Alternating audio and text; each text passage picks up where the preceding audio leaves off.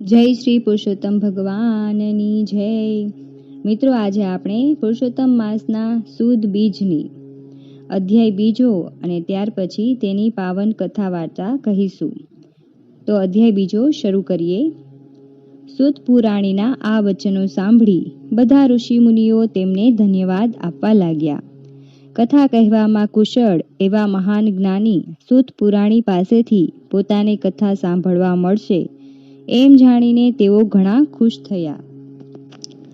શૌનક મુનિ બોલ્યા, શ્રી વ્યાસ મુનિના આપ શિષ્ય છો, તેમની પાસેથી આપે સાંભળેલ કોઈ હરિકથા અમને કહો, જેનાથી અમારું ચિત્ત પવિત્ર અને પ્રસન્ન બને.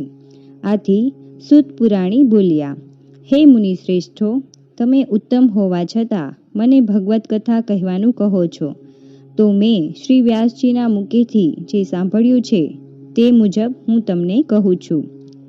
તેમણે કથાનો આરંભ કરતા કહ્યું, બ્રહ્માજીના પુત્ર નારદજી એકવાર અલકનંદા ગંગાના કિનારે આવેલા બદ્રીનારાયણ આશ્રમમાં પધાર્યા અને નારાયણને નમસ્કાર કરીને કહેવા લાગ્યા, આપ સત્ય સ્વરૂપ અને કૃપાનિધિ છો. આ સત્યના પ્રતાપે આપ જગતનું પાલન પોષણ કરી રહ્યા છો. આપ સાક્ષાત નારાયણ હોવા છતાં તપશ્ચર્યા કરી મૃત્યુલોકના માનવીઓને બોધ આપો છો, પરંતુ હજુ તેમને બોધ લાગ્યો હોય તેવું લાગતું નથી. હું મૃત્યુલોકથી આવું છું, ત્યાં મેં બધા માનવીઓને મોહમાયામાં ફસાયેલા અને અસત્ય બોલતા જોયા છે. તો આપ એવી કોઈ કથા કે વ્રત સંભળાવો કે જેથી મૃત્યુલોકના સર્વ માનવોનું કલ્યાણ થાય. નારદજીના આવા વચન સાંભળી ભગવાન નારાયણ જગતને પવિત્ર કરે એવી કલ્યાણકારી કથા કહેવા લાગ્યા. નારદ વૃંદાવનવાસી ગોપીજન વલ્લભ ભગવાન શ્રી કૃષ્ણની પવિત્ર લીલાઓનું શ્રવણ કરવાથી સંસાર અને આત્માના બધા દુઃખો અને કષ્ટો દૂર થાય છે. હું તમને પુરુષોત્તમ ભગવાનની પવિત્ર કથા કહી સંભળાવું છું, તે તું સાંભળ. આ પુરુષોત્તમ માસની કથા સાંભળવાથી દુઃખ, દારિદ્ર્ય અને શારીરિક સંતાપો નષ્ટ થઈ જાય છે અને તે મોક્ષનો અધિકારી બને છે. આથી નારદે તેમને પૂછ્યું, હે પ્રભુ, આ પુરુષોત્તમ માસ કયો માસ છે? તેનું મહાત્મ્ય શું છે? તેના અધિષ્ઠાતા દેવ કોણ છે? આ બધી બાબત વિસ્તારપૂર્વક મને કહો. સુત પુરાણીએ આગળ કહ્યું કે, હે મુનિશ્રેષ્ઠો, નારદજીનું આ નિવેદન સાંભળીને ભગવાન નારાયણે કહ્યું કે, હે નારદ, પુરુષોત્તમ એ એક મહિનાનું નામ છે. તેના અધિષ્ઠાતા પુરુષોત્તમ ભગવાન હોવાથી આ માસનું નામ પુરુષોત્તમ માસ પડ્યું છે.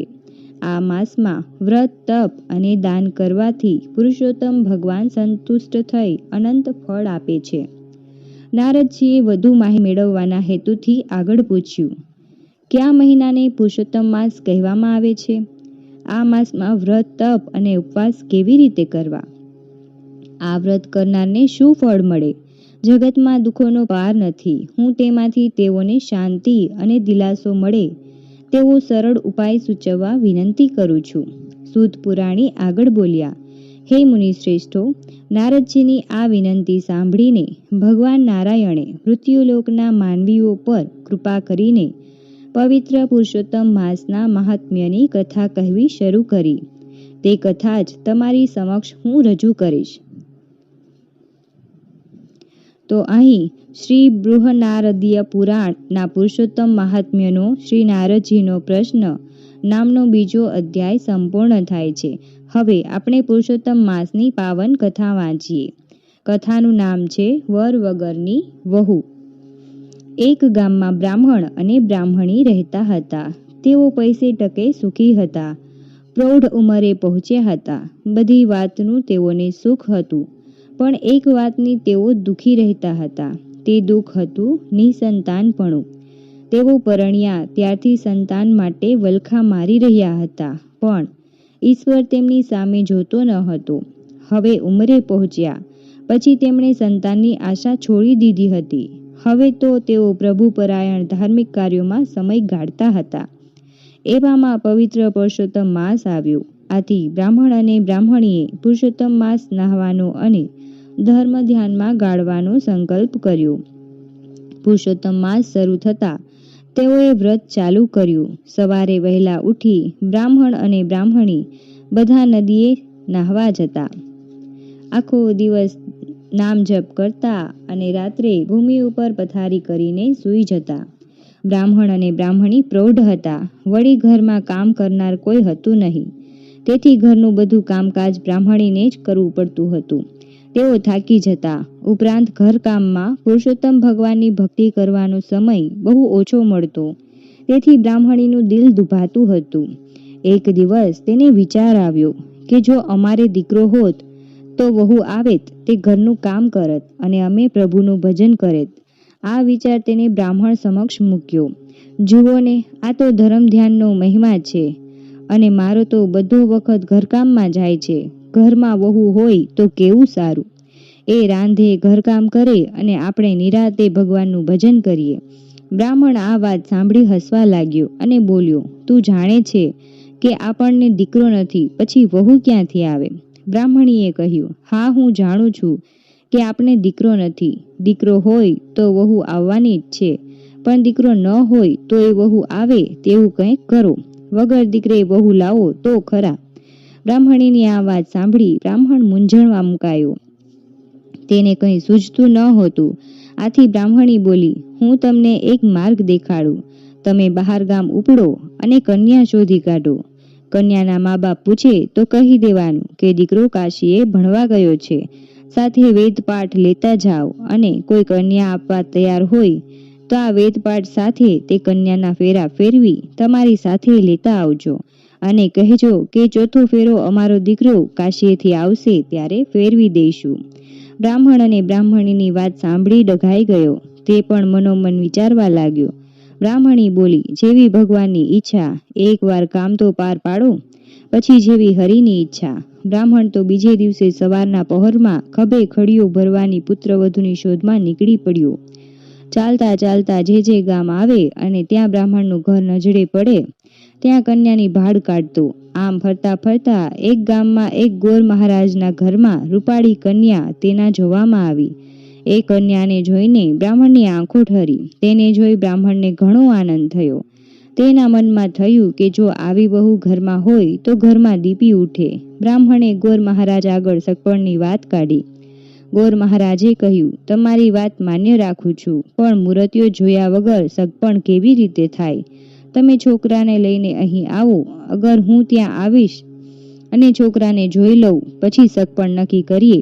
બ્રાહ્મણ મૂંઝાયો, છતાં હિંમત એકઠી કરીને બોલ્યો, ભાઈ, વાત એમ છે કે મારો દીકરો કાશીએ ભણવા ગયો છે. તે ભણીને પાછા આવતા વાર લાગે તેમ છે. જો તમે કબૂલ થતા હો તો હું પોથી લાવ્યો છું. તેની સાથે આપણે તમારી દીકરીના 3 ફેરા ફેરવી દઈએ અને ચોથો ફેરો મારો દીકરો કાશીએથી આવશે ત્યારે અમે ફેરવી દઈશું. ગોર મહારાજે વિચાર્યું કે બ્રાહ્મણનું ઘર પૈસે ટકે તો સુખી છે. દીકરો કાશીએ ભણવા ગયો છે, તેથી તે પણ વિદ્વાન થઈને આવશે. ઘરમાં પ્રૌઢ પતિ પત્ની જ છે. આવું બધી રીતે યોગ્ય ઘર મળે છે તો મોં ધોવા શા માટે જવું? આમ વિચારીને તે ઘરમાં જઈને પત્નીને બધી વાત કરી.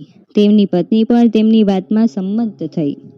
ગોર મહારાજે બહાર આવી બ્રાહ્મણને કહ્યું, અમે અમારી દીકરી તમારા દીકરા સાથે પરણાવવા તૈયાર છીએ. ઘડિયા લગ્ન લીધા. પોથી સાથે 3 ફેરા ફેરવીને ગોર મહારાજે પોતાની કન્યા બ્રાહ્મણ સાથે સાસરીએ વેડાવી. બ્રાહ્મણ તો પુત્રવધુને લઈને ઘરે આવ્યો. બ્રાહ્મણને રૂપાળી કન્યા જોઈને આનંદ થયો. વહુના લક્ષણ બારણામાં. એ કહેવત મુજબ વહુએ ઘરમાં પગ મૂકતા વેત બધું કામકાજ ઉપાડી લીધું. બ્રાહ્મણીને તો નિરાત થઈ.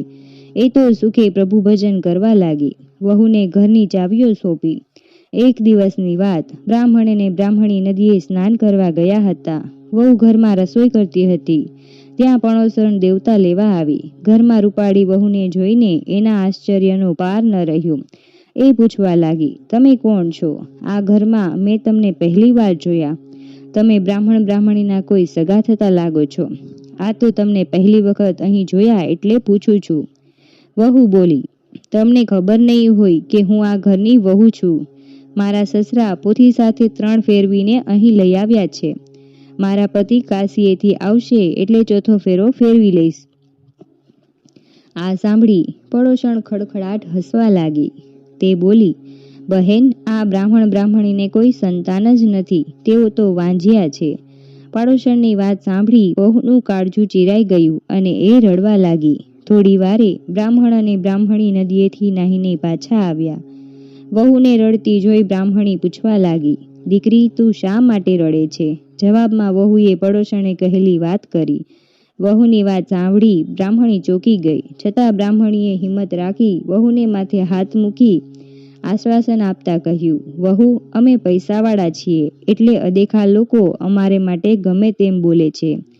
તેઓ અમારું સુખ સાકી શકતા નથી, તેથી અમારી નિંદા કરે છે. તું જ વિચાર કરને, કોઈ દીકરા વગર વહુ લાવે ખરા? મારા 7 ઓરડા અને 3 માળવાળી હવેલીને ભોગવનાર મારો જુવાનજોત દીકરો છે. વળી તે એટલો બધો રૂપાળો અને તેજસ્વી છે કે તેને જોતા જ આંખો અંજાઈ જાય. તેને જોઈને તું કહી શકે, જેણે પાંચે આંગળીએ ભગવાન પૂજ્યા હોય તેને આવો વર મળે. મારો દીકરો તો કાશીએ ભણવા ગયો છે, માટે એ ભણી ગણીને પાછો આવે ત્યાં સુધી તને એકલું ન લાગે એટલા માટે લે આ 7 ઓરડાની ચાવીઓ. દરેક ઓરડામાં ખાવા પીવાની અને શણગારની વસ્તુઓ પડી છે. ખાઓ પીવો અને પહેરો ઓઢો, પણ એક વાતની યાદ રાખજો કે 7મો ઓરડો ઉઘાડશો નહીં. વહુએ હવેલીના 3 માળ જોયા હતા, પણ તેમાં 7 ઓરડા બંધ હતા. તેના દરવાજાને મોટા તાળા મારેલા હતા. આથી તે વિચાર કરતી હતી, આ 7 ઓરડામાં એવું તે શું હશે કે તેને બંધ જ રાખવામાં આવે છે, ક્યારેય ઉઘાડવામાં જ આવતા નથી. વહુ પાસે 7 ઓરડાની ચાવીઓ આવી એટલે તેના મનમાં ધરપત રહી નહીં. એક દિવસ બ્રાહ્મણ અને બ્રાહ્મણી દેવદર્શને ગયા હતા. ત્યારે વહુએ પહેલો ઓરડો ખોલ્યો તો એમાં મીઠાઈ પકવાન જોયા. બીજા ઓરડામાં હીરાના ચીર જોયા. ત્રીજા ઓરડામાં 16 શણગારના સાધનો જોયા. આમ દરેક ઓરડામાં સમૃદ્ધિની છોડ ઉડતી જોઈ. પછી વહુને 7મા ઓરડો જોવાની એટલી જિજ્ઞાસા થઈ કે તેણે સાસુની આજ્ઞાનો ભંગ કરીને 7મો ઓરડો ઉઘાડ્યો. ઓરડામાં પગ મૂકતા જ એ થીજી ગઈ. ઓરડાની વચ્ચે એક દિવ્ય તેજવાળો યુવાન દીવાના અજવાળે પોથી વાંચી રહ્યો હતો. આખા ઓરડામાં સુવાસ પ્રસરેલી હતી. વહુ તો આ જોઈને સ્તબ્ધ થઈ યુવાનને જોવા લાગી. તે ઉંબરામાં જ ઊભી રહી ગઈ. તેની ઓરડામાં જવાની હિંમત ન ચાલી. બારણું ઉઘાડવાનો અવાજ સાંભળીને યુવાને બારણા તરફ દ્રષ્ટિ કરી અને બોલ્યો, તમે બારણું કેમ ઉઘાડ્યું? બારણું બંધ કરી દો. મારા માતા પિતાનું પુરુષોત્તમ માસનું વ્રત તૂટશે. વેદનો પાઠ અધૂરો રહેશે. તમે પોથી સાથે 3 ફેરા ફર્યા એ હું જાણું છું. વ્રત પૂર્ણ થયા પછી ચોથો ફેરો હું ફરીશ. બહુની આંખમાં હર્ષના આંસુ આવી ગયા. તેણે તરત બારણું બંધ કર્યું. જ્યારે તેના સાસુ સસરા મંદિરેથી દર્શન કરીને પાછા ફર્યા ત્યારે તે ઠાવકી થઈને અનાજ સાફ કરતી રહી હતી. તેણે સાસુ સસરાને જમવા બેસાડી દીધા અને પોતે પણ જમી લીધું, પરંતુ પોતે આજ્ઞાનો ભંગ કરીને 7મો ઓરડો ઉઘાડ્યો હતો તે વાત કોઈને ન કરી. હવે તે સારી રીતે સાસુ સસરાની સેવા ચાકરી કરતી હતી અને દરરોજ પ્રેમથી તેઓને જમાડતી હતી. આમ અને આમ પુરુષોત્તમ માસ પૂર્ણ થયો. હવે વ્રતના ઉજવણા થવા માંડ્યા. બ્રાહ્મણ અને બ્રાહ્મણીએ પણ સારી રીતે વ્રતનું ઉજવણું કર્યું. વહુને થયું કે હવે મારા પતિ માટે સાસુ સસરાને પૂછું. તેણે સાસુ સસરા પાસે જઈને પૂછ્યું, પુરુષોત્તમ માસ પૂરો થયો, તેનું ઉજવણું પણ થઈ ગયું. તમારા દીકરાને બોલાવો એટલે હું તેમની સાથે ચોથો ફેરો ફરી લઈશ. વહુની વાત સાંભળી સાસુ સસરા પરસેવે રેબ ઝેબ થઈ ગયા. દીકરો તો હતો નહીં, લાવવો ક્યાંથી? તેમની લાજ પુરુષોત્તમ ભગવાન સિવાય કોઈ રાખે તેમ ન હતું. તેમણે વહુને કહ્યું, વહુ, તમે ફિકર ન કરો. થોડા જ દિવસમાં મારા દીકરા સાથે ચોથો ફેરો ફેરવીશ. હવે બહાનું કઢાય તેમ ન હતું. આબરૂ જવાની ઘડી આવી પહોંચી હતી. તેઓ પુરુષોત્તમ ભગવાનને યાદ કરી સહાય કરવા મનમાં ગણગણી રહ્યા હતા. સાસુ સસરાને મૂંઝાતા જોઈ વહુ બોલી, તમે આમ મૂંઝાવો છો શા માટે? તમારા દીકરાને બોલાવું છું. બ્રાહ્મણ બ્રાહ્મણી ચકિત થઈને એકબીજા સામે તાકી રહ્યા. તેમને લઈને વહુ 7મા ઓરડા આગળ આવી અને બારણું ઉઘાડ્યું તો ઓરડામાંથી તેજસ્વી પુરુષોત્તમ ભગવાન બહાર આવ્યા. યુવાનનું તેજસ્વી રૂપ જોઈને જ બ્રાહ્મણ અને બ્રાહ્મણી સમજી ગયા કે આ યુવાન તે જ પુરુષોત્તમ ભગવાન છે. તેમના વ્રતના પ્રભાવે પ્રસન્ન થઈ આ લીલા તેણે કરી છે. તેઓ સ્વયં તેમના પુત્ર તરીકે પ્રગટ થયા છે. ભક્તની લાજ રાખવા તેઓ સ્વયં પધાર્યા છે. બ્રાહ્મણ અને બ્રાહ્મણી તેમના પગમાં પડ્યા અને ગળે લગાવ્યા. વહુ પણ યુવાનને પગે પડી. તે જ દિવસે બ્રાહ્મણના ઘરે ચોરી રચાઈ. ચોરીમાં ગોર મહારાજે હસ્તમેળાપ કરાવી ચોથો ફેરો ફેરવ્યો. આમ લગ્નવિધિ પૂર્ણ થતાં બહુ હર્ષ ઘેલી બની ગઈ. બ્રાહ્મણ અને બ્રાહ્મણી પણ હર્ષ પામ્યા. તેમને તો પુરુષોત્તમ માસના વ્રતના પ્રતાપે તેમની લાજ રહી અને વગર દીકરે વહુ આવી. હે પુરુષોત્તમ ભગવાન, જેવા તમે બ્રાહ્મણ અને બ્રાહ્મણીને ફળ્યા, તેમ પુરુષોત્તમ માસનું વ્રત કરનાર, નહારનાર તેમજ કથા વાંચનાર અને સાંભળનાર સહુને ફળજો. બોલો શ્રી પુરુષોત્તમ ભગવાનની જય. જય પુરુષોત્તમ ભગવાન. જય શ્રી કૃષ્ણ.